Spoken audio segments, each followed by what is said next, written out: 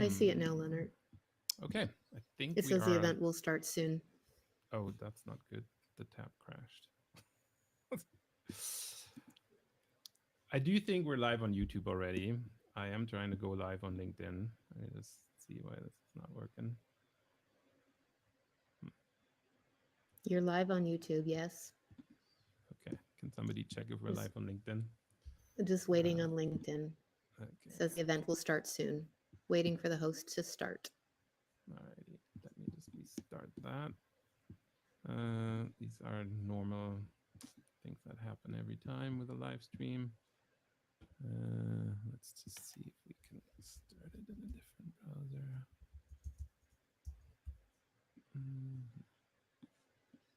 Tab crashed.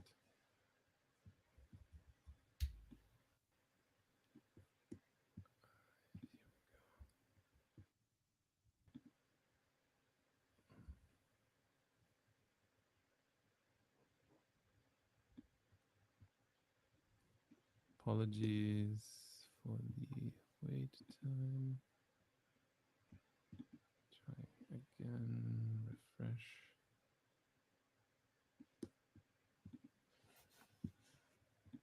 How about now? Okay, this is, oh, okay, perfect. Mute.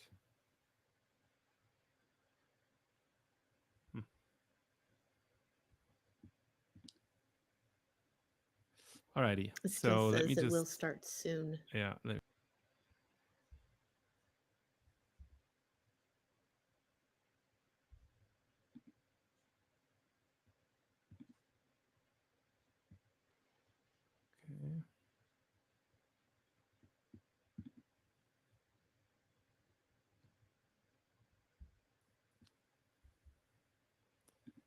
I'm just gonna try again. No, still not working. Well, we are live on YouTube, folks. We do have one viewer, but that's probably just Tabitha.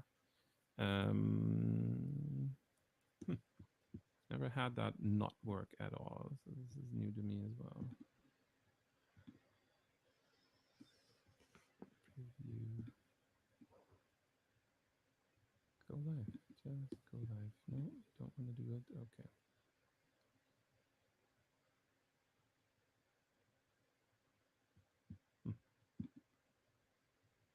All right, just give me one more second. I'm gonna just try one more time.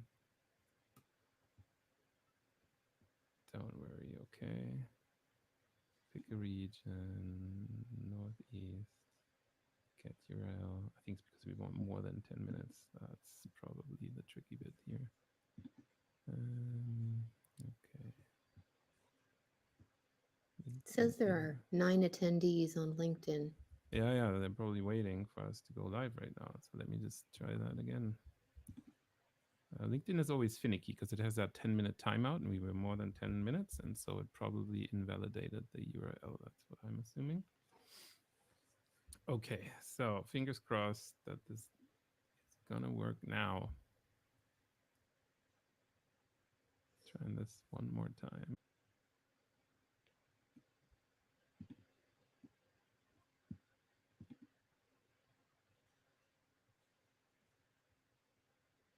And here we are. Perfect. Let's see if this actually... Always fun. Always fun. This may take a few seconds. Alrighty. And something went wrong again. I don't I know do what to do. applaud your efforts trying to put it everywhere. That's It is, impressive. I think it's working. If you open LinkedIn right now, I think you can see us. I do apologize to our audience that we are late because LinkedIn is always a bit complicated when it comes to live streams. But I do see people are coming in right now, and so that means it is actually working. And so thank you very much to everyone that found some time this morning to come and join us for this Master of Digital Experience Innovation virtual open house. This is a program at the University of Waterloo, the Stratford School. And I have a couple of faculty and students with us today. And to introduce them and everyone, I will hand it over to Nicole Squeena. Amazing. Welcome, everyone. We're very excited to have you today at the MDEI Virtual Open House. So just to introduce everyone, my name is Nicole Squeena. I am the Recruitment and Admissions Coordinator for the MDEI program and the Stratford School of Interaction Design and Business. We also have Dr. Leonard Nacky, who is the Associate Director of the MDEI program, and he teaches within the program itself, as well at the Stratford School just more generally. We have Dr. Will Zhao, and he teaches in the MDEI program as well. He's a professor here at the Stratford School. We have Tabitha Dominguez, again, another faculty member at the MDEI program. And then we are nicely joined by two current students. We have Nader and we have Kyle. And they will be joining us today to talk about kind of the student experience in the program and to give you a better idea of kind of what that looks like in a virtual environment. So if we don't, I will get started with my presentation and then we will move on from there.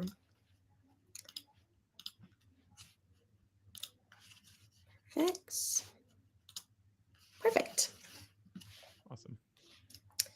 All right. So the Master of Digital Experience Innovation, again, we're very excited to have you here, and I've done all the introductions. So we are going to start with a territorial land acknowledgement. I know that we are in a virtual environment right now, but it's important to reflect this territorial land acknowledgement, whether virtually or in person. So the University of Waterloo Stratford School acknowledges that the Stratford campus is on the traditional territory of the Anishinaabe, Haudenosaunee, and Ojibwe Chippewa peoples. This territory is covered by the Upper Canada Treaties. Our active work toward reconciliation takes place across our campuses through research, learning, teaching, community building, and is coordinated within the Office of Indigenous Relations. So we will now go over what this open house will look like. So we are going to begin with a brief description of the program, discuss the curriculum, our industry partnerships, and as well as the careers this degree can be applied to. We will close our presentation with an overview of our admissions policy and processes, which is important if you are intending to apply for the fall 2024 year. And then after this presentation, you're going to hear from Dr. Leonard Nacky regarding the MDEI program, its benefits, and its learning outcomes, and some more information about user experience and interaction design. The second portion of the presentation, we'll be hearing from our current faculty, Tabitha and Will, who will discuss what courses they teach and the types of projects that might be assigned, as well as any important learning outcomes. And then to follow is a presentation from our current students, Kyle and Nader, who will discuss their student experience and kind of just what that looks like in a virtual environment. And then to close, we will open a question and answer period. To ask questions, we do ask that you write them in the chat box on the link if you are a registered attendee. I will also be monitoring the LinkedIn and the YouTube live stream, so you can ask questions in those chat boxes as well. And then I will relay that to myself or to Leonard's, Will, Tabitha, or Nader and Kyle to answer. So the Master of Digital Experience Innovation is held out of the Stratford School of Interaction Design and Business, and the first class was offered in 2011. In this time, it has developed as a superior professional program for students seeking careers in digital media. The MDEI program is an interdisciplinary program built on 3 pillars, and that is business, design, and technology. These 3 pillars inform all aspects of the program and aims to teach students to propose, develop, and implement timely, innovative digital solutions that enable businesses to grow and prosper. The course is offered through online, mainly asynchronous delivery, which allows our students flexibility in their studies and a program that can fit into their own personal and professional schedules. So these 3 pillars act as kind of the infrastructure for the MDEI curriculum, and each course is built to represent at least 2 of these 3 pillars, offering our students the opportunity to gain a deeper understanding of the relationships between innovation, creative technologies, and business developments, which is super cool. And the program can be completed in 2 terms. So this would be our full-time stream, and you can complete the program in 8 months, or 16 months or 4 terms for the part-time stream. For full-time, you will take 4 courses per term, and then for part-time, you would take 2 courses. So some examples of courses are DEI 613 in term 1 for full-time students, and then this would be in term 2 for part-time. And this is our digital design course. So students will explore the principles of digital design, design thinking, and creative practice. They will receive hands-on training in a virtual environment in design processes and digital tools. And then we also have in term 2 DEI 627, my apologies, special topics. And our special topics course, specifically this one, is business and innovation, and it addresses topics related to applied innovation and emerging trends in business. So whether you are a part-time or full-time student, you are required to complete 2 intensives, one at the beginning of the program and one at the end. The intensives are meant to help students transition into and out of the program. Intensive 1 is focused on priming students for the program and kind of acts as your introduction to the technologies, programs, and material covered in the program itself. So it is very much an introduction to digital experience innovation. And then intensive 2 is focused on providing a space for students to apply kind of what they've already learned in a real world opportunity. So in this intensive, you'll work alongside our industry partners to solve an industry problem for their client, and you'll utilize those skills and knowledge that you learned in the program to do so. It's important to note that we very much prioritize collaborative project-based learning, kind of mimicking the real world professional workspaces. So the MDEI program has been around for quite some time, about 13 years. And as such, we've had a significant amount of time to foster strong collaborative relationships with industry leaders. And that's really what makes our program unique, and also that it is online. So we leverage these partnerships to strengthen students' hands-on experiences in best practices for UX design, applied management, and marketing to ensure our students are able to build those comprehensive portfolios, professional networks, and the rosters of valuable industry contacts, which is going to help you secure a job upon graduation. So some industry partners that we have worked with in the past are Shopify, IBM, we've worked with the Toronto Police Services and Media One, as well as Rogers. And these partners work with MDEI students inside the classroom, especially in that second intensive, where you will work directly with one of our industry partners to solve that industry problem. So an example of a past project was with the Toronto Police Service, where students were tasked in creating a new digital strategy to facilitate the ways in which the public can interact with the Toronto Police Service, including its digital presence through a new digital brand. So super cool. So for careers, so what does this kind of all mean? What can you do with the MDEI program once you graduate? And how does the MDEI program structure, curriculum, and industry partnerships benefit graduates of the program? So it helps our students to succeed in a variety of positions within the digital media space. Many of our students have gone into fruitful careers as UX designers, senior product management, business strategists, and interaction designers, just to name a few. And our professional-oriented master's program allows students to go above entry-level positions upon graduation and secure those mid to senior level positions in relevant technology, business, and digital media sectors. So what does it take to get into this amazing program? So we have kind of 2 streams. We have a standard application. So what that's going to look like is that you need to have a minimum of a 4 years honors bachelor degree or equivalent with a minimum of 78% in the last 2 years of studies. You also need to submit a resume that showcases your relevant experience and education. And then you are required to submit 3 references. So this might look different depending on your individual application. So typically we require a minimum of 2 academic references and 1 professional. But we also will consider students' applications that have 1 academic and 2 professional or 3 professional.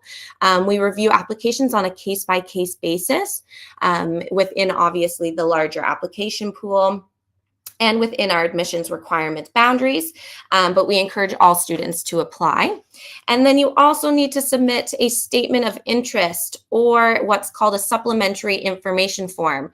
So this is basically 500 words of kind of why would you be a good fit for the program, how this program will benefit you. It's really a space to sell yourself in. So we encourage students to take their time when they're writing it. Another important thing is that we do not require a portfolio. I know I've had quite a few students ask. It is not a requirement. We kind of get that information from your resume, your references, and within that statement of interest. So our non-standard, what might this look like? So our non-standard is for students that don't necessarily meet the requirements of the standard stream. So that 4 years honors bachelor with a minimum 78%.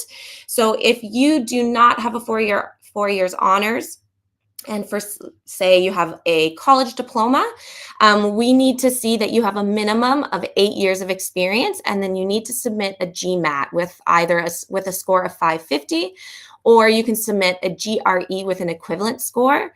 We do require students to submit these scores at the time of application, so please keep that in mind.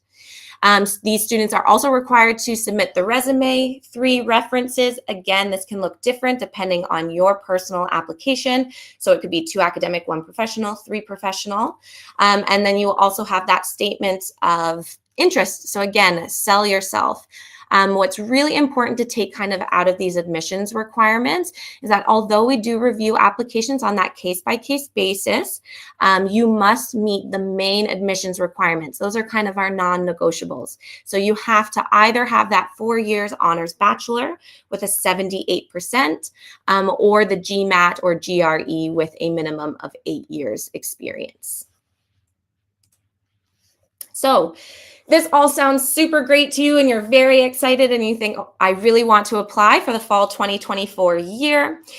So our deadline is upcoming. So our application deadline, and this is the application form that you will submit via the online graduate application system. That's February 1st. We then give you until February 15th to submit those application documents that we were talking about. So the resume, the statements of interest, and those need to be submitted via Quest. Once the application form is submitted.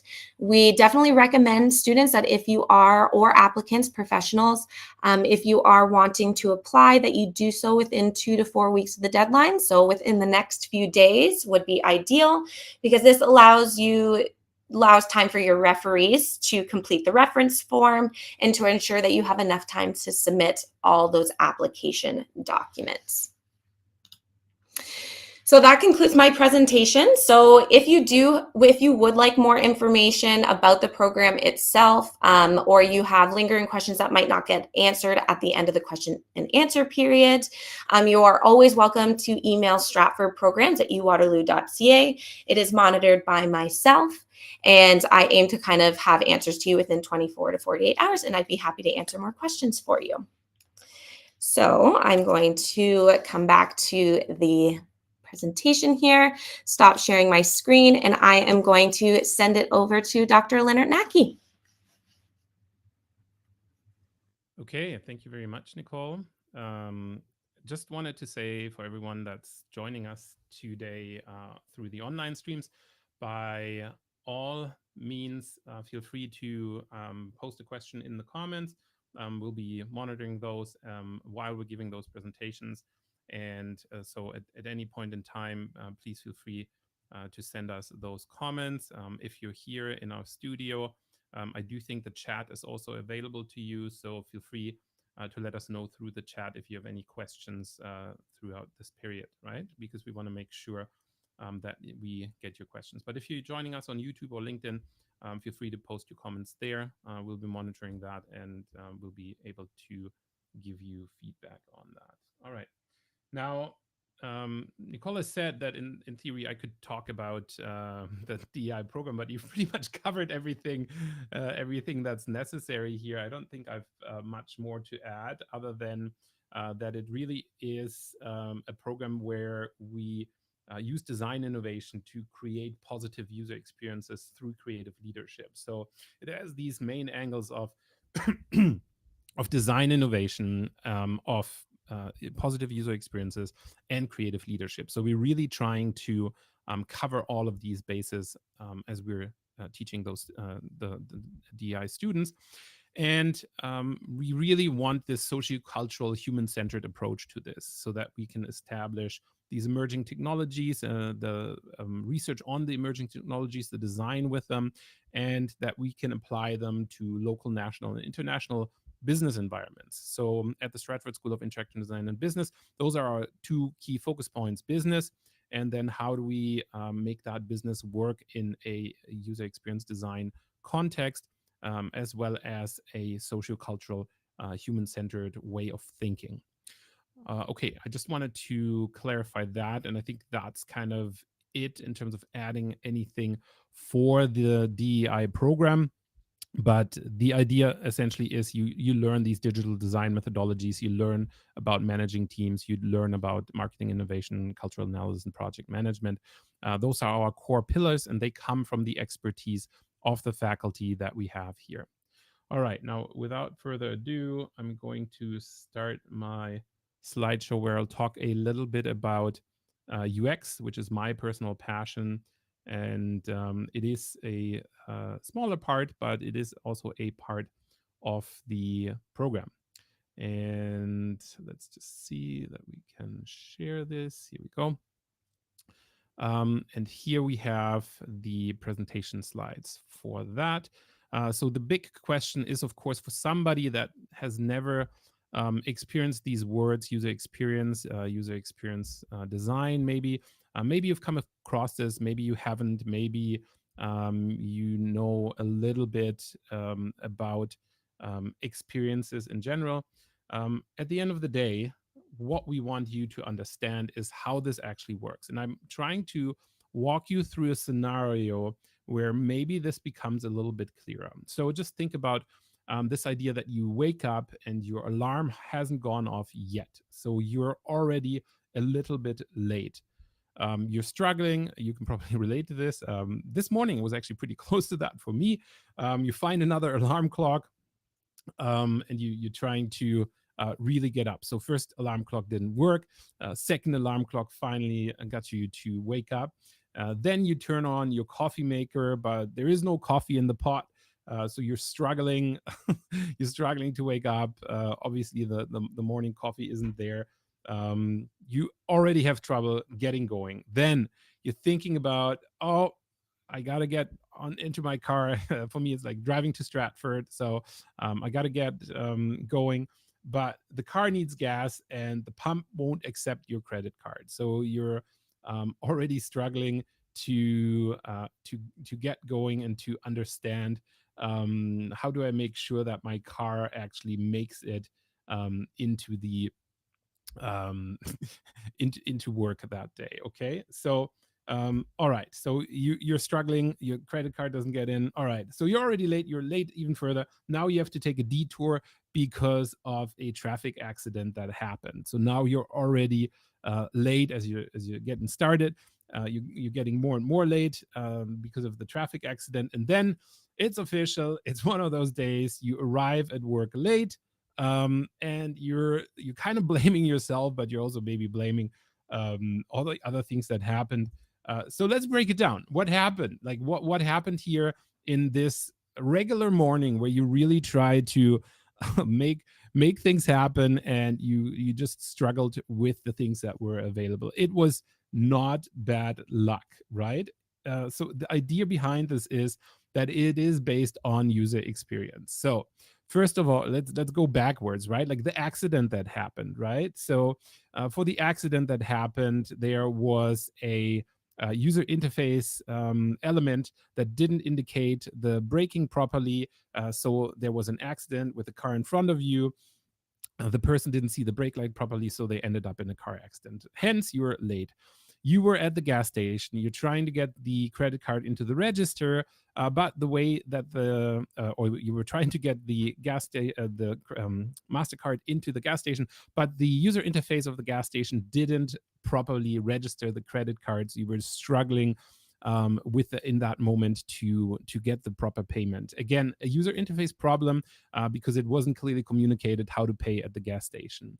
So register and pump, two of the things where you were struggling with that. Then the coffee maker. Obviously, the coffee maker had a little beep button. A lot of coffee makers actually have really bad UI and a really horrible experience for that matter.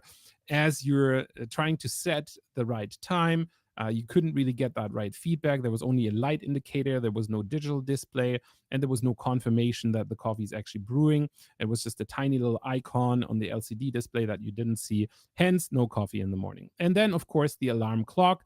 A lot of alarm clocks should be intuitive, but some of the older ones, nowadays everyone wakes up with a cell phone, so it's not as big of a problem anymore. But of course, the alarm clock was an older alarm clock, and so it didn't really have a proper visible indicator that it was set. So hence you forgot to set it because it was just a tiny dot indicating that it was set, and you couldn't actually wake up in time. So hence you're already late and you had to resort to that second alarm clock. So user experience is not about the inner workings of a product or a service. This is not so much about the technology of it, but it is all about the results of that technology and how they impact human lives. So it is about how it works on the outside, where a person comes into contact with it. It's a quote from Jesse James Garrett, who wrote The Elements of User Experience, a pretty famous author. No, it doesn't end there, of course. You're wondering why do I have a picture of a bathroom here? But it goes beyond just technology. User experience is also, of course, applied to regular appliances. Now, if you look at this picture and you're kind of maybe wondering what is wrong with this picture, and anyone that has ever gone to such a bathroom knows it immediately. There is a sense of privacy when you want to go make your private business. And you don't necessarily want to have a person standing right next to you washing their hands. Hygienic reasons and others are, of course, important as well. But just from a privacy standpoint and a comfortability standpoint, this is not a good setup. It's not a setup where you're comfortably having a good bathroom experience. Or something like this, where, again, this is a very private matter. And for me, as somebody that has experienced European toilet systems and North American toilet systems, now, and this is, I think, from Russia, so this is an even different toilet system. But so there's, of course, cultural differences in these privacy concerns. In North America, a lot of toilets have at least a divider, but it's usually very open space. So again, not a lot of privacy, whereas a lot of toilets in Europe, you can see full-on walls, and it's like a separate room, and you can close the door, and you have full privacy.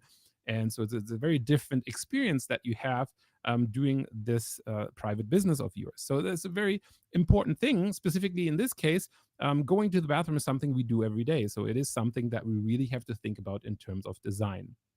And of course, this transcends from just bad products to also not so great interfaces. Now, this is a restaurant booking system, and the touchscreen wasn't responsive enough so that the person doing the bookings decided to interface with the digital world with a regular Sharpie by putting a transparent slide on top of the booking system, just to make sure to say, okay, these bookings are actually done for the night. So what would happen in the user interface, if it were done with the user interface of the booking system, it would actually do too many confirmations, so that you would be in a long process of booking and rebooking, and it would add at least 30 to 40 seconds from that user interface system to that experience, which is why they came up with this patch kit solution here, just kind of putting analog tools to work with a traditional system. And that's kind of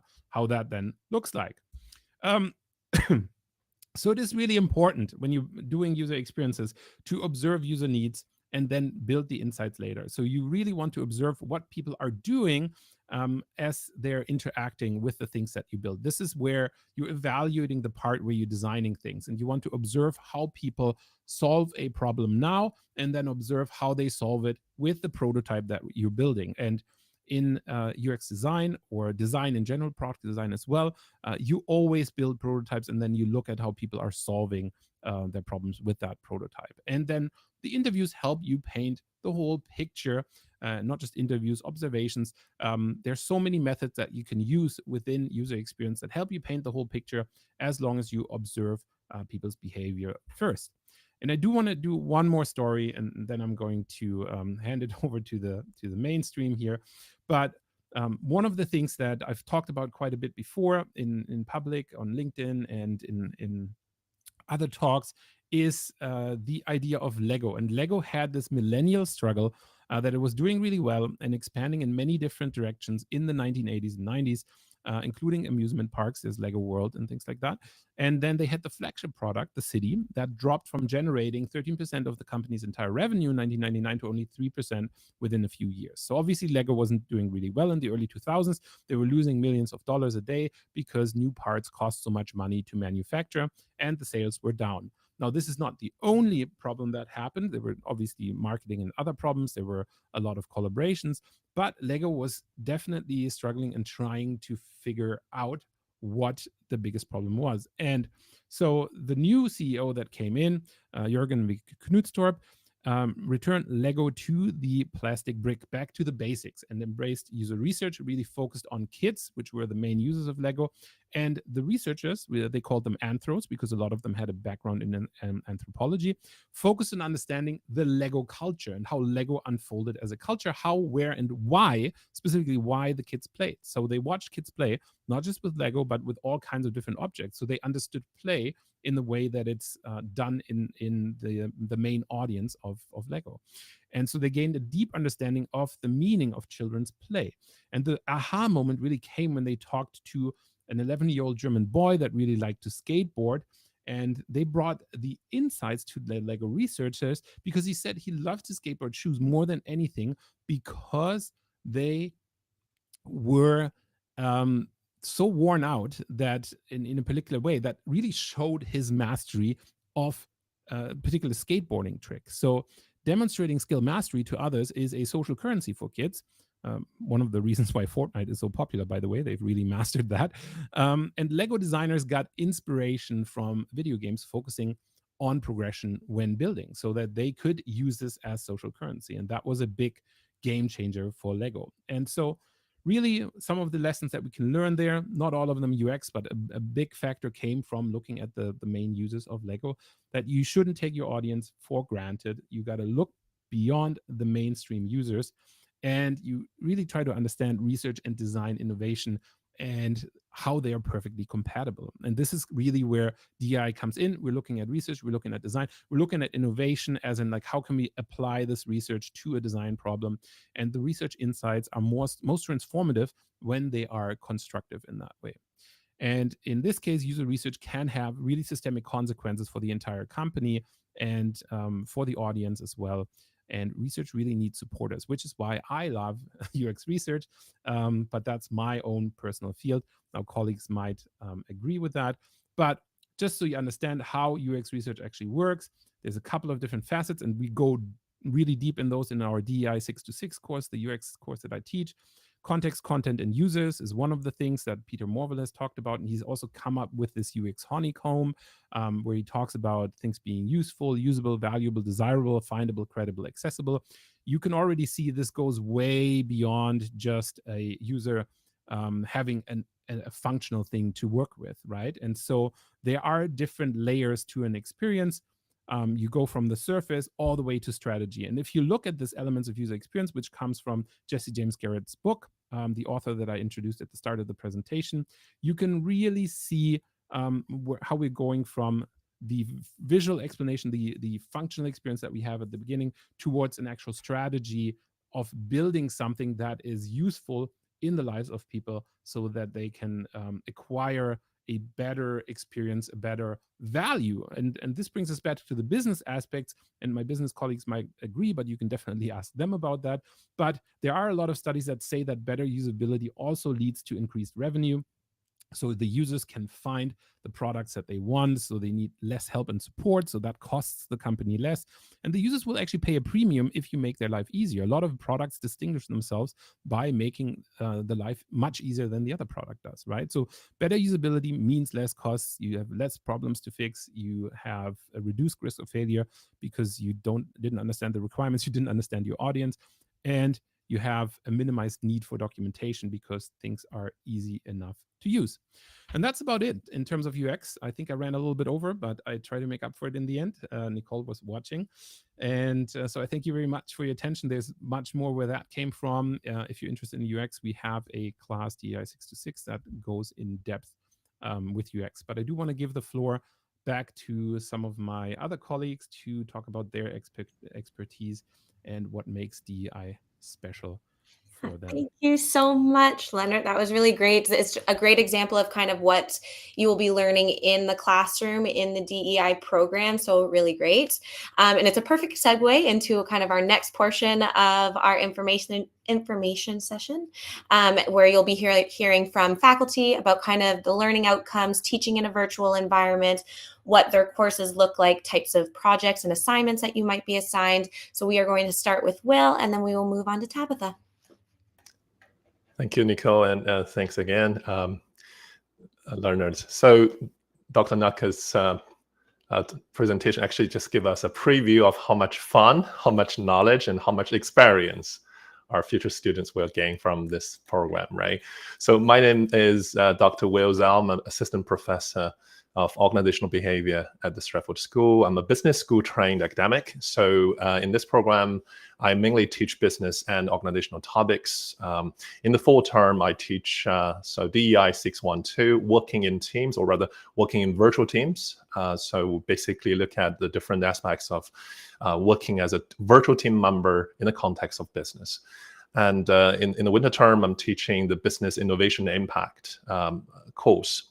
So I think one of the really cool things of teaching and learning in this program is it is highly interdisciplinary. As my colleagues have already talked about, the program is interdisciplinary. We look at design, technology, as well as business. And also, as students, you will collaborate with your peers coming from very different backgrounds. Some of them are business professionals. Some of them are designers. Some are researchers. There's really, really a lot of collaborative opportunities that can be fostered just among yourself. Think about working with people from across the globe.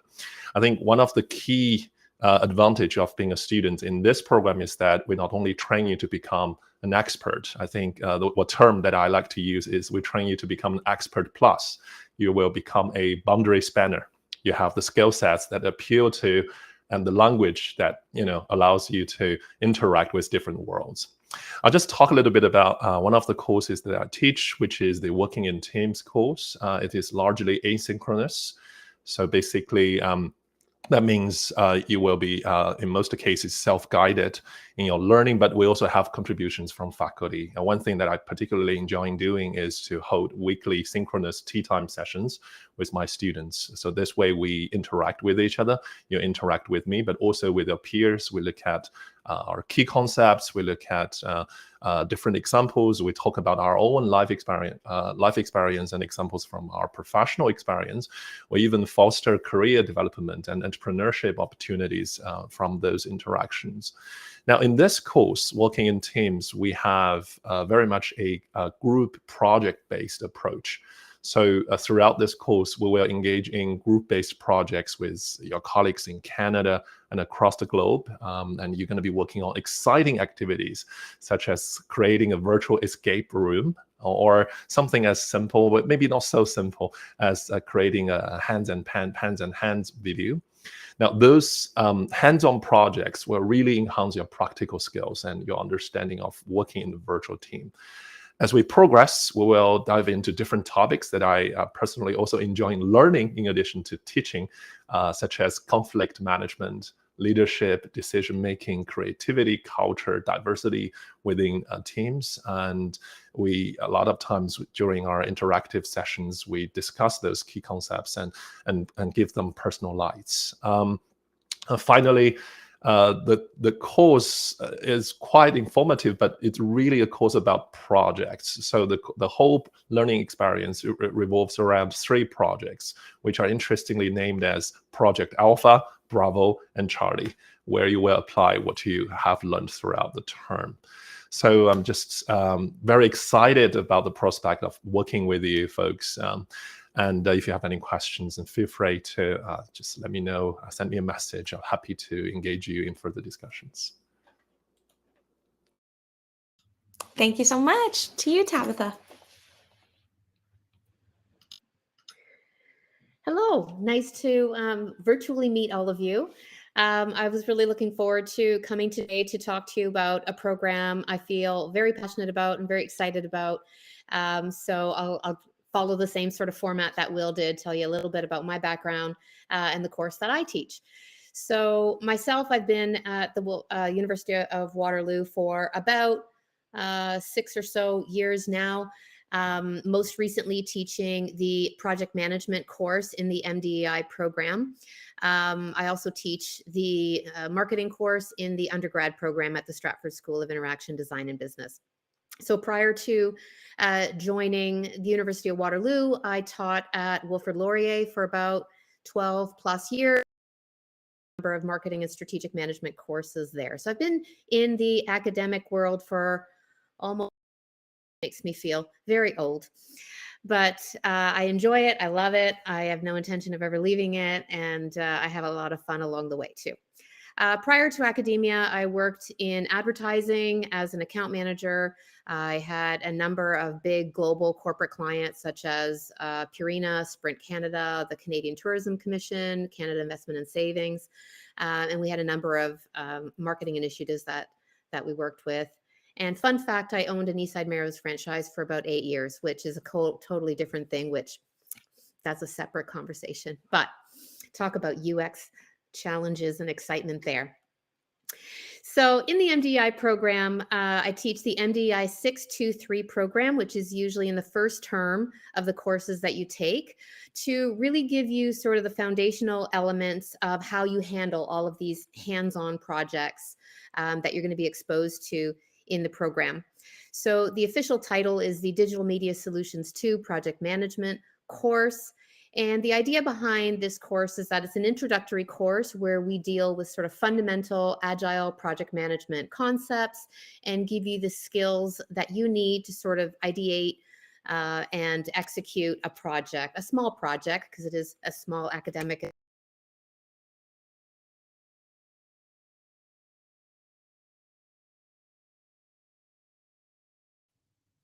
think we lost Tabitha.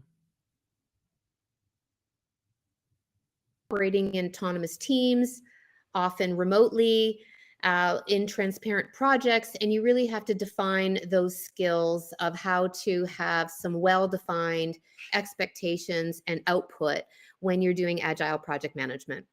So the course is, again, also very hands-on and allows you some flexibility in terms of the types of projects that you do. So let me talk a little bit about sort of course objectives and flow. So to describe sort of the project management process from an agile perspective, we sort of talk about some of the roles and responsibilities in projects. We get into some of the methodologies and techniques and skills that you need. And then as you're going through, you do have a chance to sort of execute a project and reflect on what works and what doesn't work. Ultimately, the project is structured via using Scrum methodology, which is very commonly used in a lot of the technology companies that you might go off and work with in your careers once you graduate. So we really take a lot of effort to try and make sure you have those skills that are going to be used in the companies that you're going to go join. And what we find from the students that come into the program is we really do have a combination of experiences. We do have some people that have used Scrum methodology and Agile project management effectively, and some that have not used it at all, or some that have used it and really struggled to understand why it doesn't work. And it's really always interesting to me to kind of put those people, together in groups to say, well, this is what we do that works, and this is what we don't do that seems to be holding us back, and maybe get some sort of additional ideas, because most people coming into the program have work experience. You may be in projects with people that are in the part-time program that are working while they're executing this project with you. So you get a lot of great insights from people in different industries that have different processes while you're learning a really solid foundation of how to move it forward. So in terms of teaching in a virtual environment, so the materials are all offered asynchronously, which basically means you can access it on your own time. We have students from many different time zones, so giving them the opportunity and flexibility to access the modules as you go through the course is really important. Having said that, time management is kind of on you. You have to kind of figure out when you're going to put in that time and how you're going to interact and engage with the material. From my perspective, I try and make myself available every week for sort of drop-in.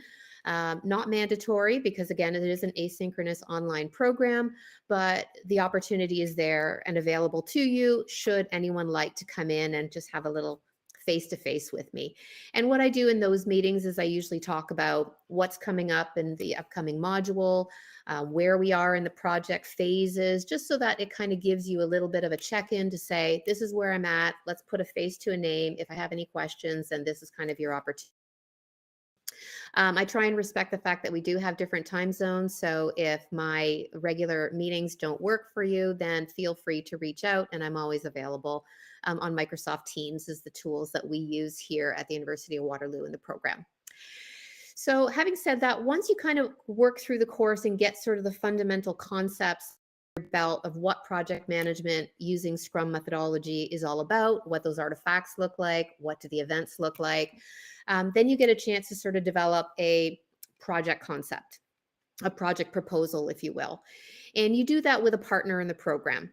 So again, it is an asynchronous program, but you do have some ability to interact live with the partners and the groups that you're put in. So you have some sort of responsibility to sort of make yourself available and interact with the group so that it doesn't seem so, screen oriented, if you will. In a flat sort of environment, there's a little bit more of interaction and engagement, which we find really improves people's ability to be satisfied with the engagement of the program. And it really is a program where you get as much out of it as you put into it, right? If you put yourself out there and you get involved and you work with the project and you start meeting your colleagues, it doesn't feel like you're just in a little corner of the world trying to get through these modules. And I think that's really an important feature of this program, is that flexibility. So once you develop the project, and I'm aware of the time, and Nicole's going to give me a little yank soon. I'll try and wrap up a little bit just to give you a sense of what the project is like. You work with a partner to develop a project proposal. And that project proposal, I give students a lot of flexibility because, again, we have students around the world. They might like to come up with a project working with a company in their own geographic corner of the world, and that's okay, or someone that they have some experience with. We've even had some students that have their own sort of side businesses and they develop project proposals for their own business. And there's pros and cons with doing it either way, and I help walk anyone through the process to help them get a project proposal that they're comfortable with. So once you and a partner get a project proposal, then you get matched up with another project pair. So when you get matched up with another project pair, you have basically two projects that you're going to run in this course. One where you act as the project manager, and one where you act as the person executing someone else's project with project management oversight. So that really gives you an opportunity to see from a development implementer perspective what Scrum looks like and feels like. And also from the perspective of, if I were to oversee these events and artifacts and Scrum methodologies, what does it look like to implement that? And that is how we sort of run through the implementation phase of the course. And as we go through that, we're still working on some modules and adding in some extra techniques and methodologies that you can apply to your real hands-on project to sort of see what that looks and feels like. And that's really how we run the MDEI project management course. And hopefully by the end of the term, between your working in teams course that Will runs, which I've also taught, with the project management course, that really gives you a good foundation of how to run this hands-on program from the various projects that you're going to run over the course of the program. How was that, Nicole? I know I'm over time. I'm sorry. No, that was great. Great. So now that we've our faculty, I'm getting some feedback. Amazing, thank you. So now that we've heard from our faculty and from Leonard and have a little bit of an idea of admissions, we're going to move on to that student experience to kind of show what it's like to be on the ground in the program as a student. So we are going to start with Nader, and then we will move to Kyle. What's kind of nice about these two students is that Nader is full-time and then Kyle is part-time. So they can kind of speak to that experience as well if some of you are interested in either stream. So Nader, take it away. Hi, everyone. I'm just gonna, as Nicole said, I'll share a bit about my background and my experience with the program so far. So I'm a full-time MDI student. I completed my undergraduate degree back in 2015 from the University of Toronto, Mississauga, where I pursued a communications specialist in interactive digital media, as well as a minor in psychology. Since graduating, I've had various experiences working in graphic design and digital communications. These included working as a graphic designer and copywriter for a startup in Cairo, Egypt, where I'm from originally, as well as working as a magazine layout designer for an interior design magazine in Montreal. In my undergrad, I was introduced to the field of user experience and interaction design, and I've always been interested career and skills further in that area, but felt I needed more training at this stage to really make that transition. So I decided to take some concrete steps to address this and look for some suitable graduate programs that could help me to build my knowledge and portfolio and make this transition.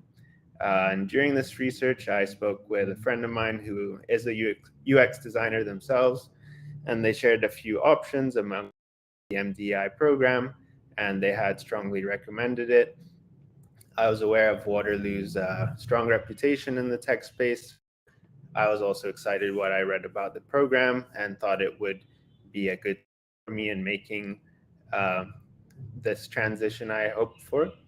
And when I was reading about it, I liked that the program had an applied and practical focus, as mentioned, as well as some of the industry input and projects that are upcoming. And the mix of UX, business, marketing, innovation, all these things made it stand out compared to other UX-related programs, and seemed like it could provide a well-rounded preparation for careers in digital media or UX. And in a more practical sense, I was attracted by the ability to complete it in 1 year, as well as the convenience of the remote delivery, which wasn't the other programs I'd applied to were longer and in person and so on.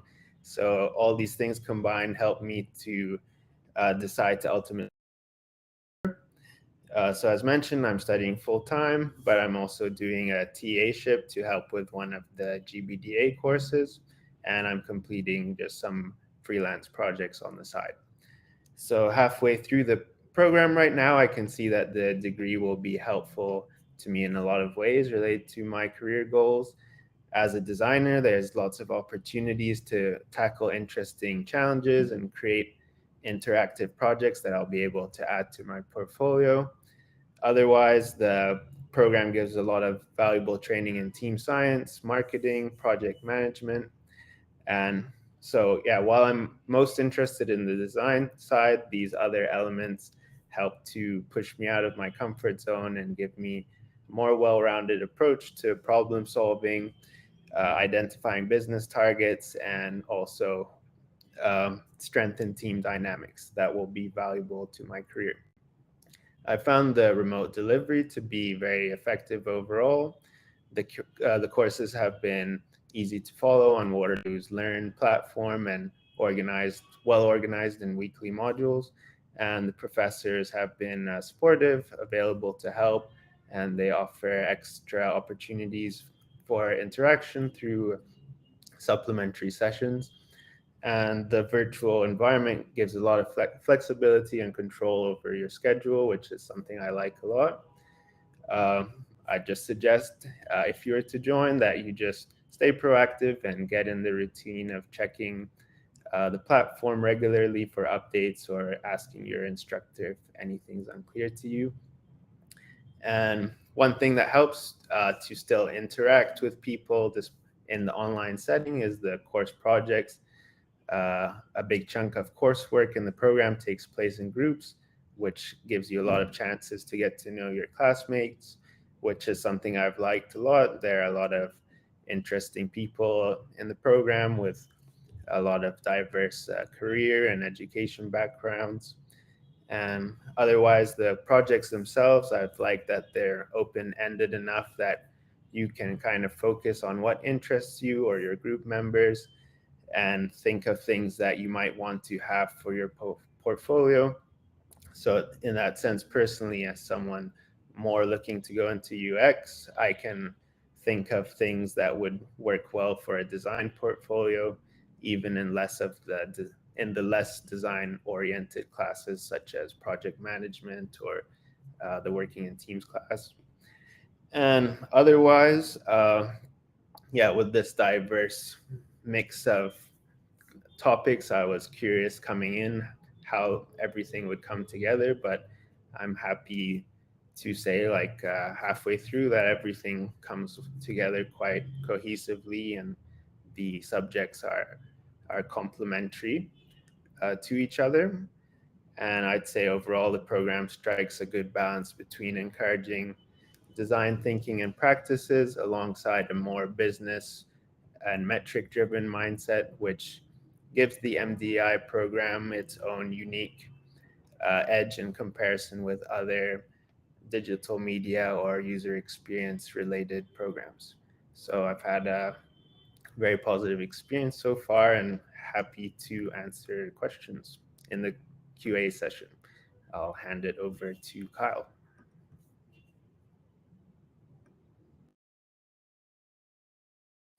Sorry, just trying to unmute my mic. Bad user interface, I guess.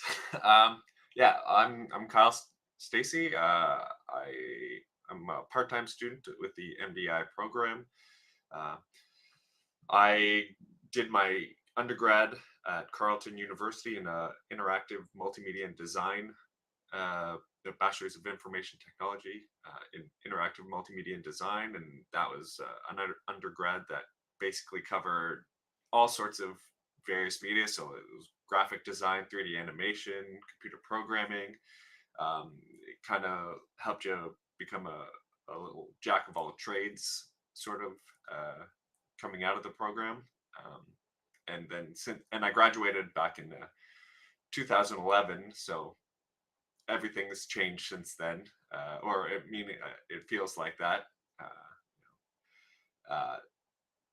So since then, I've been working professionally in various technology companies such as BlackBerry, General Dynamics, and now Ross Video. So I've been sort of everywhere. I've worked on projects related to mobile phones and tablets, to integrating new sensors and hardware into military aircraft platforms, and now working as a software developer that specializes in creating new GUIs for configuration and management of video routers. I think I've kind of done it all, of course not all, but a wide variety of different places with different experiences. And so basically I discovered the program when one of my undergrad professors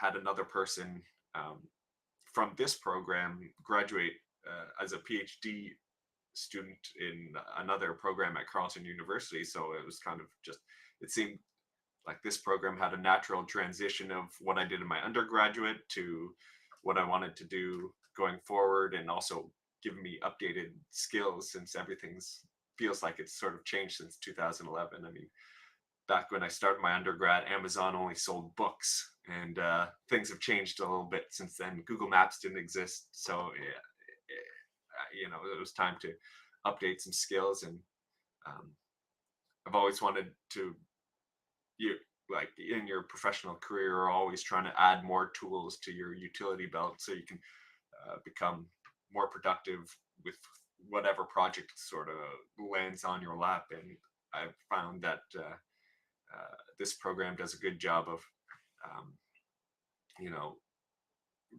reintroducing some of the topics and skills that I might have like not had before or need to reinvest in. So I've always been, I've been pretty happy with the progress I've had since then. In my career, I'm always trying to move more into a management position to help drive the innovation for new user experiences with whatever product or industry I might end up in. And this program's doing a really great job of giving you the tools to understand the business aspects and how to create more enriched sort of experiences for the user. And I think with its virtual delivery, it's kind of, it almost matches, everything changed when the pandemic happened. So it's kind of, it's the new normal to be able to work in a virtual environment, whether it's professionally or academically. And this program's done a good job of making sure that you're able to learn effectively and interact with people that have such a wide variety of different experiences, which I've enjoyed. I find that's been one of the big things, like, because when you're working professionally, you sort of work with a lot of people that have similar experience and interests than you, but because you're all working on the same project together. But with this program, you're working with people that have done all sorts of different things and have all sorts of different ranges of experience, and that becomes, one of the biggest aspects of stuff that I've had to learn, even though I'm doing it only part-time. I found that's been one of the best experiences, going into this program so far. And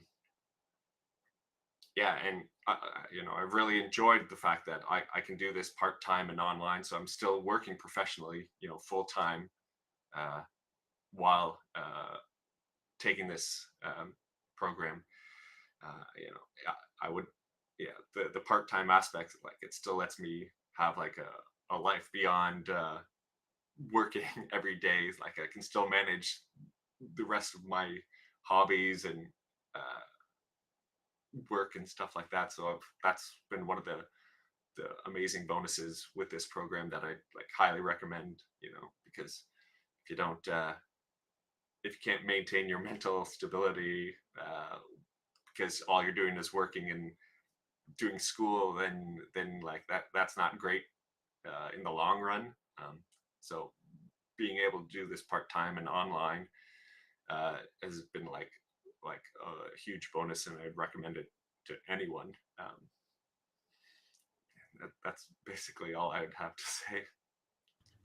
Thank you so much, Kyle. I appreciate it. So this way you kind of get the student experience too. Especially it's nice hearing coming from a full-time student and a part-time, and just kind of like the flexibility that this program offers.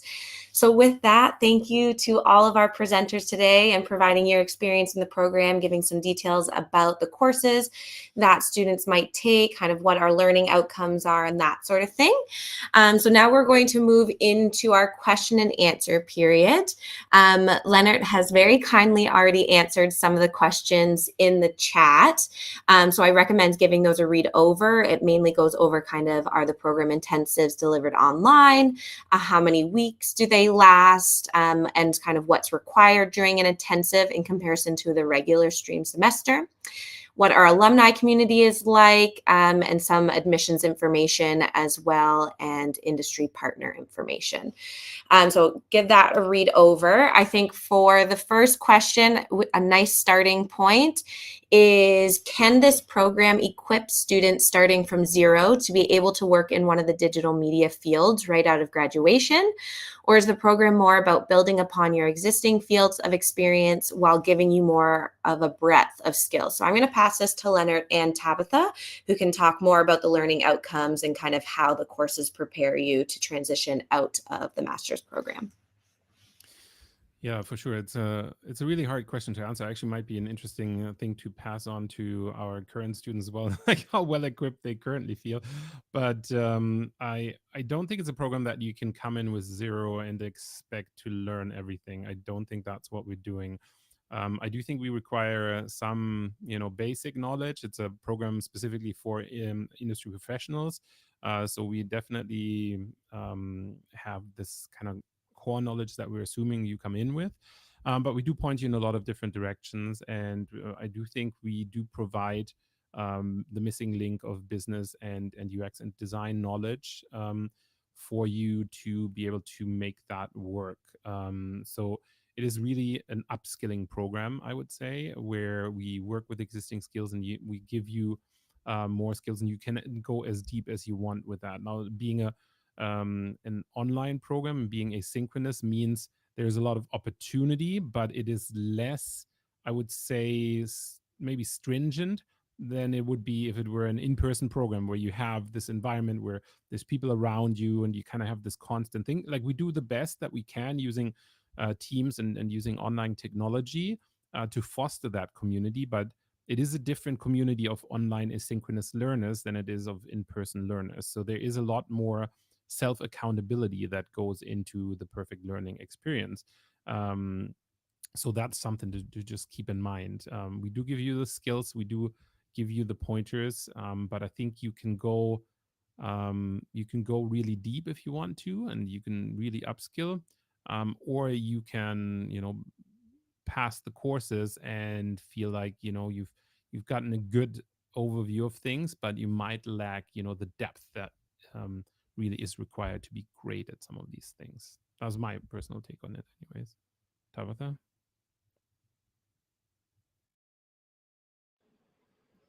Hi there. Yeah, I would agree with a lot of what you said. I think there is a lot to be said about sort of the upskilling portion of the program, because people do come in with a lot of experience. Now, having said that, again, as I said when I was talking earlier, you get out of it kind of what you put into it, because really, as Nader mentioned, if you really wanted to get into developing the projects in a certain field, you really kind of have to have done your homework to know what that might look like or how that might benefit you, because people do come from a lot of different areas. So that takes a little bit of effort. We do find that some people are a little bit more prepared to move in to management positions, because maybe if they only had skills on the one side, this program gives them a little bit more of the balance that maybe they wouldn't have otherwise gotten had they continued on a narrow trajectory in their current path of employment. So there's that. But if you are someone who's coming into the program who doesn't have a lot of experience, which, isn't the end of the world, you can still succeed, but you do have to recognize that you might have to have that extra step to say, well, how am I going to come out with the applied skills? How am I going to develop projects that are going to help develop my portfolio more fully, if you would? So, I mean, I can get I'll play off the example Leonard gave earlier. He was talking about Lego, one of my favorite companies. Lego actually wrote a great book called Brick by Brick, where they talk a lot about sort of their rules of innovation and how they sort of attacked the global toy industry. And for them, had they just sort of sat on their laurels and said, we have a great product, which they do, it's a solid product, they wouldn't have necessarily succeeded if they didn't sort of take the extra step to say, what does that sort of user experience, and in their case, the play engagement, look like on a global basis? And, it's really interesting if you look at a company like Lego globally. where you have children in Europe that play very differently than children in North America. And even for a company like Lego that has their kind of core 6 to 9-year-old children that they target as a market, they find that, children in Europe tend to have sort of that creative element of, you can just give them bricks and they build something, and they actually engage a lot more with their parents as children in that age group. Whereas if you look at North American Lego, they tend to sell more the kits and the sets with the instructions, because although the parent may be somewhat engaged, they tend to necessarily be, either doing something alongside of the student, or the child, as opposed to sitting on the floor and creating something from scratch out of bricks.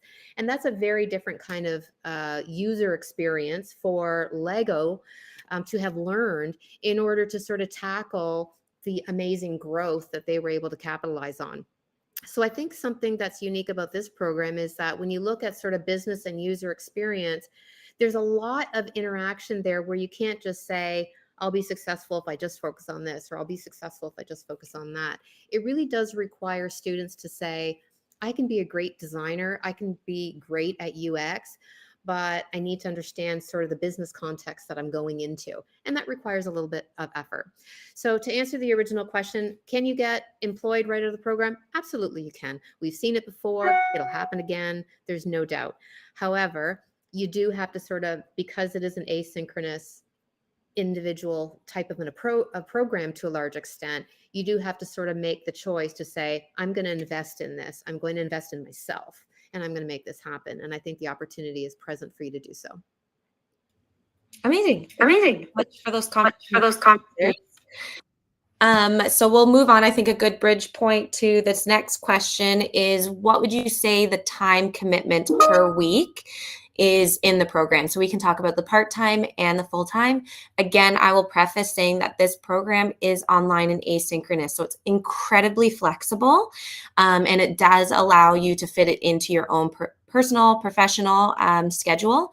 With that said, we do encourage students that are working full-time to choose the part-time stream, because there is a lot more flexibility, and you'll only be taking the 2 courses per term. It does extend your study time to 16 months, but again, you'll have a little bit more of that flexibility. So I'm going to start off kind of with Leonard and Tabitha to talk about what the expectation of the time commitment is, and then we can move on to Nader or Kyle to talk about kind of how much time you've been able to set aside for the program, how much time is needed, and that sort of thing.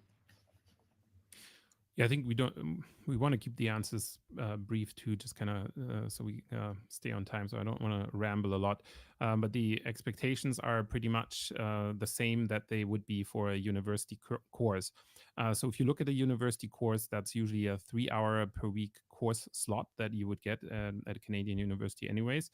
You would have to at least double or triple that in terms of preparation and after going over materials, right? So you're looking at a time investment per course that you're actively taking of around 6 hours, right? And then you can do the math with how many courses you have per term, whether you're full-time or part-time.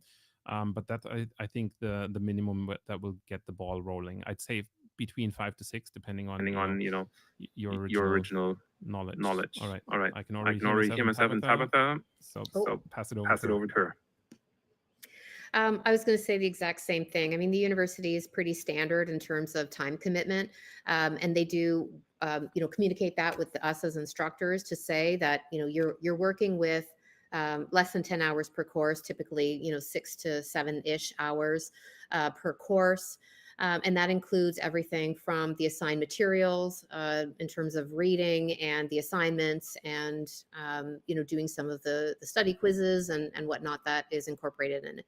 So there's no doubt that time commitment fluctuates a little bit over the term. You're probably going to have a little bit of extra time commitment that you might want to anticipate towards the end of the term when things tend to be a little more due. But generally, on average, I would agree with Leonard. I mean, the instructors that I've worked with in this program are fantastic and work really hard to kind of maintain that integrity of the program, because obviously if we're putting too much on someone, they can't get as much out of the program and the course if they aren't given sufficient time to really understand it. It's not the kind of program that you can say, 6 hours, I bet you I can do it in 2. Probably not a great idea. That's tough. And I wouldn't want to wish that on any students. And maybe Nader and Kyle, have had a different experience. But it really is really, really well established. I don't think there's much more to add to that than what Leonard had said. Yeah, if any of the current students have anything to add, you're welcome to do so. Yeah, I think the time are pretty accurate overall. Like, there are fluctuations when more things are due, the hours would get longer, and maybe, as Paul said, like, you can kind of, it might depend how deep you want to go. If for example, for me, if I'm thinking of something in particular I want to add to a project that might not necessarily be just for the course, but something on my portfolio later, I might work a few more hours because of that. But in general, the hours are reasonable and very achievable. I guess personally for me, I'm only taking the 2 courses, at a time, and working a 9 to 5 job. But I've found that, like, for each course, you have to spend like a whole 2 evenings of your week to just be able to cover that. And then, so with 2 courses, I'm working my 9 to 5 job, and then in the evenings, I'm working, 6 to 11, 4 days a week at least. And then by the time things are due, and I'm still also pulling like some full-time weekends working on all of the work and stuff. But like, you have to make sure that you're on top of stuff like early on with each week, because if you take a couple of days off now, your whole life becomes chaos, and you can't manage everything else. So if you're working full-time, definitely recommend only doing it part-time, because you need to put a lot of work and effort into making sure everything's up to a standard that's acceptable. Yeah, perfect. And just to add, to Nader is a full-time student, and he also TAs for our Global Business and Digital Arts program, which is held out of the Stratford School. So there is still some more flexibility. Again, you are working in groups, so you have to be respectful of other people's times. But it is really what you just put into the program. And it is a master's program, so the expectation is higher.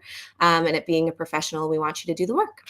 So I'm going to bump out a couple of the questions that are admissions related. So for the question from David, so the MDEI admissions only looks at the final 4 semesters to be over 78%. Yes, it is only the final 2 years that we look at, and you have that minimum is 78%.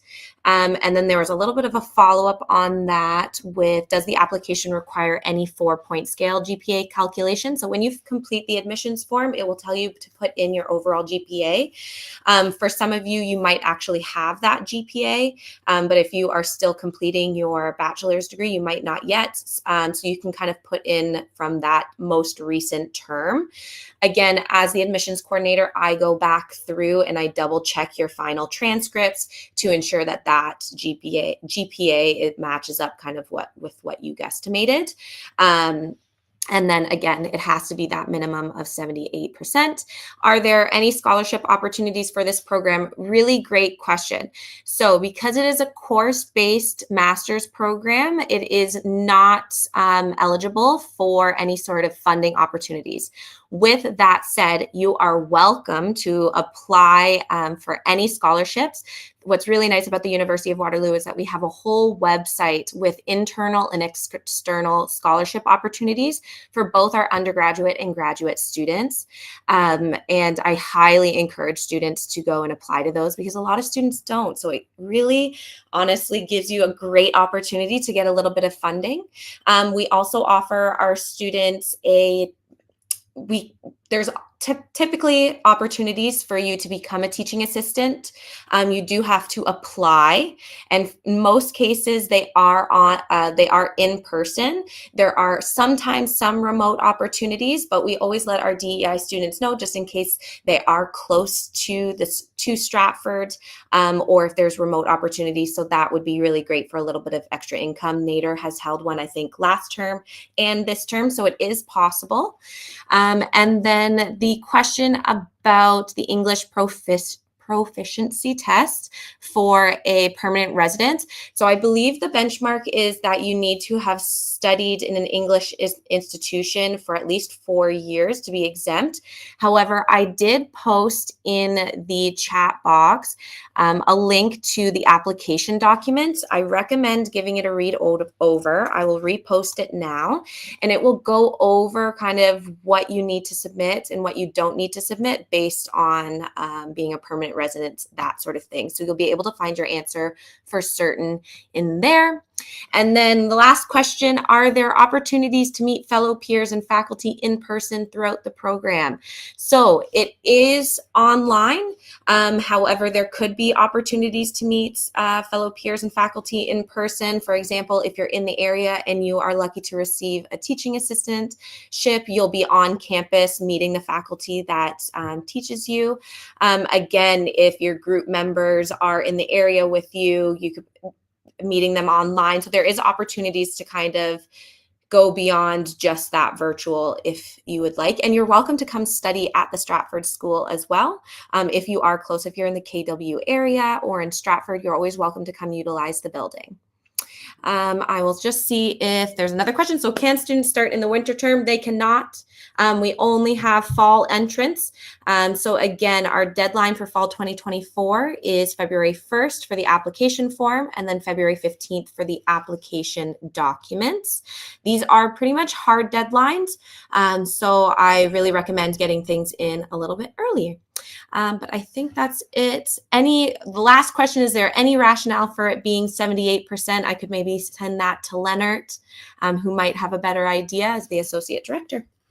I mean, the rationale is like any other program, right? You put the threshold of excellence at a certain level. In this case, this is coming from other university programs with a similar threshold across the University of Waterloo. And these things, might even change as COVID has actually really messed with entry requirements from students, and things have gotten a lot easier. So grades are higher, so things might get adjusted in the future. But for now, that's where the entrance requirement sits. And that's, again, usually across the University of Waterloo professional programs. There are several meetings at the Faculty of Arts where they decide that, that's the threshold they want to go with for that term. So. Perfect. Thank you. And we will move on to our 2 final questions. So for the intensives, do they start before the regular school semester? So for example, do they begin in late August? Leonard, I will pass it back to you to talk more about the intensives. Yeah, for sure. There's 2 intensives. The first intensive is starting, I think it's 2 weeks before the actual term starts, right? So I think we're usually looking at mid-August. So the last 2 weeks of August is usually when you do that intensive. It's a 10-day period that you will be doing this online. It is definitely 100% recommended to do that part synchronously, and synchronously, of course, according to your availability or whatever. But every day for those 10 days, you'll have a challenge to complete, and you will have to deliver something at the end of it. And if you're late, there's only so much time that you can be late with those. You might not be able to graduate that year, and you might have to retake the intensive then. So it's definitely a time that you want to book into your calendar for intensive 1 to make sure that you have all of that available. And the idea essentially being that you want to have a good head start into the program. So you want to, touch some of the basics, get familiar with some of the software and other things that we use in the program. And yeah, we're going to give you that opportunity. Tabitha? Yeah, I just wanted to add to that. Part of the intensive incorporates, normally, it incorporates a portion of your working in teams course as well. So your first project that you're working on in the intensive is actually a graded assignment. So it's not kind of like the equivalent of undergrad where you've got Frosh Week activities and they're all optional. They're actually academic in nature, and they're meant and put in place in order to get you in touch with the other colleagues that you're going to be working with throughout the program, but also to kind of get you onboarded with the technology that you might need, the systems that University of Waterloo puts forward, and then you get assessed on that as well too. So I just wanted to add to that too, because it's not really the same as maybe you would have experienced before. It is sort of unique to the professional program environment. Yeah, amazing. Thank you so much. And then just to add about intensive 2, it typically occurs in April. And again, it is required. You will be working with an industry partner. So we want to obviously support those relationships and strengthen them. So it's important that you are showing up on time and you're doing the work, so that those can continue for our program. And then the next question is, in terms of required softwares and programs, are students responsible for getting their own softwares like Adobe Suite, or is that covered within tuition? So Yeah, Leonard. I can definitely speak to that. So in the past, it's been covered, but it's not a guarantee. We've been lucky that the Faculty of Arts had an internal agreement. So there was some support money left over for the software, and it's not a guarantee. I think when both of you started, Nader and Kyle, you didn't even know if it was going to be covered, right? Like, I think we were still sorting that out at the beginning. And then I think maybe two weeks in, or I think during the intensive, we actually got the okay, the clearance that it was going to be covered. I'm pretty sure that's how it went this term. We do have special deals available for students. So you can acquire the licenses very cheap through the University W store, even online. So that's no problem. But we've been very lucky and fortunate that we've had that financial support. But this is not something I want to say is a given at any term. We've been lucky to have that in the last 2 years. I don't know if we'll have it next year, right? This is a faculty internal support. Yeah. Amazing. Thank you. And then there was just one last question that I can answer quickly. So it is, how many students are in the program per intake in a year? So it really depends, because what's really nice about the online program is because it's not in person, we have a little bit more space that we can work with. Obviously, we can't overload our faculty. And it's really important that we do have a nice cohort size so that you get to know your fellow students, you get to know the faculty, you get to build those relationships, especially with the industry partners, because at the end of the day, this is stepping you into a career that you're wanting, and we want you to be able to build those skills in a nice intimate setting. So with that said, currently we have about 50 students in active students, and typically it remains kind of consistent, but it could potentially get bigger if there's an amazing applicant pool that year. We could obviously increase our numbers just because of that online format. And hopefully that answers your question. So I just want to take this time to thank you all to have joined that on the live streams and who registered for the event. It's been lovely sharing this information with you. Again, if you have any further questions, you're welcome to email stratfordprograms@uwaterloo.ca. Did you cover the one about the scholarship opportunities? Yes, I did. Okay. Mm-hmm. I Yeah. was not sure. Okay. Yeah, I did. So I will write the email in the chat. So you are always welcome to reach out. I monitor that inbox. If I'm not able to get the answer for you, I will connect you with Leonard or ask another resource at the university.